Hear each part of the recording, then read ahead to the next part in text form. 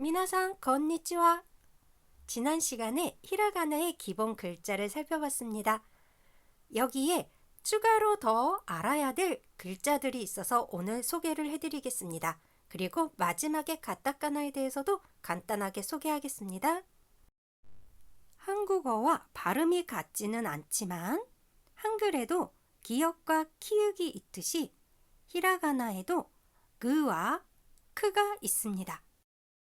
화살표가 있는 세로줄은 가, 키, 크, 케, 코였으나 각각 오른쪽 위에 점 2개씩을 찍어서 가, 기, 그, 게, 고가 되었습니다.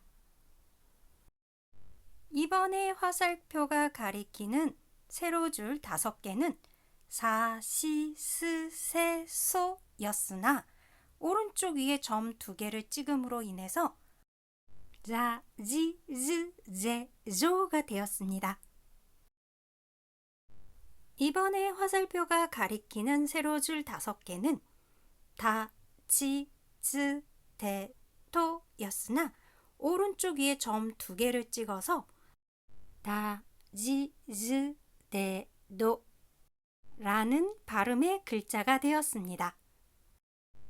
이번에 화살표가 가리키는 세로줄 5개는 하, 히, 흐, 해, 호 였으나 오른쪽 위에 점 2개를 찍어서 바, 비, 부, 배, 보가 되었습니다. 또한 이 하, 히, 흐, 해, 호에 한해서만 오른쪽 위에 동그라미를 그려서 빠, 삐, 뿌, 빼, 뽀라는 글자가 하행에 한해서만 하나 더 있습니다.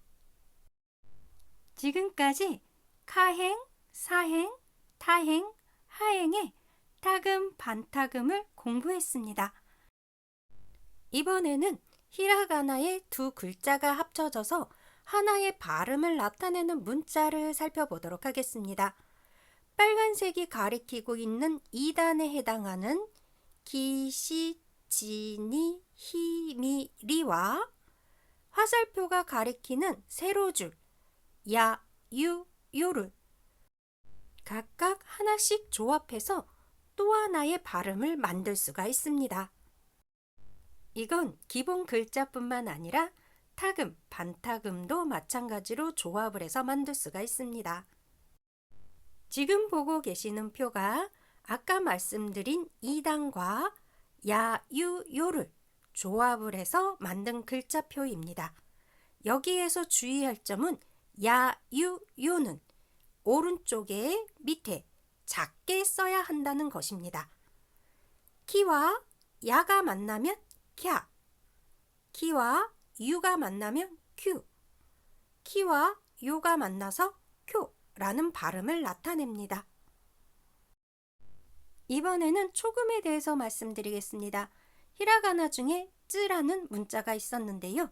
이 글자를 다른 글자 뒤에 작게 쓰면서 받침과 같은 소리를 내는 것을 초금이라고 합니다.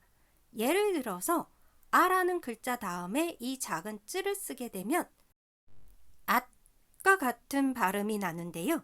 한국어에 시옷 혹은 디귿 혹은 비읍과 같은 받침 소리가 난다라고 생각하시면 되십니다. 단 주의할 점이 한 가지 있는데요. 일본어의 문자는 한 글자가 한 박자의 소리를 낸다라고 생각을 하셔야지 되시는데 이 초금도 한 박자의 소리를 냅니다. 지난번에 나왔던 응이라는 글자도 마찬가지입니다. 받침 발음 소리가 나지만 응도 한 박자의 소리를 내야 합니다. 예를 들어 사계절이라고 하는 일본어는 식기라고 하고요.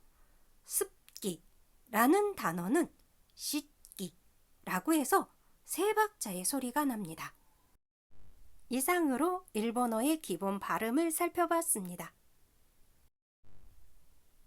지금 보시는 표는 가타카나의 오시음도입니다.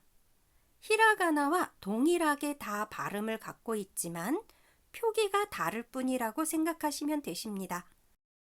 그리고 한 가지 추가로 가운데 짝대기 글자가 있는데요. 긴 소리를 내고 싶을 때에 한 박자의 소리로 짝대기를 긋습니다.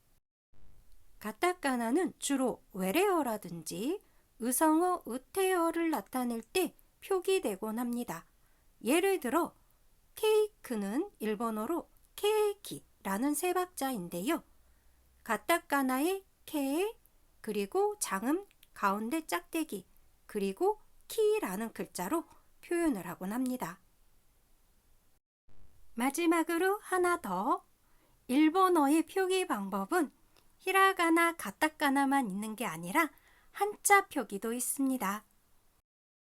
즉, 일본어의 문장은 히라가나, 한자, 가타카나를 섞어서 표기합니다.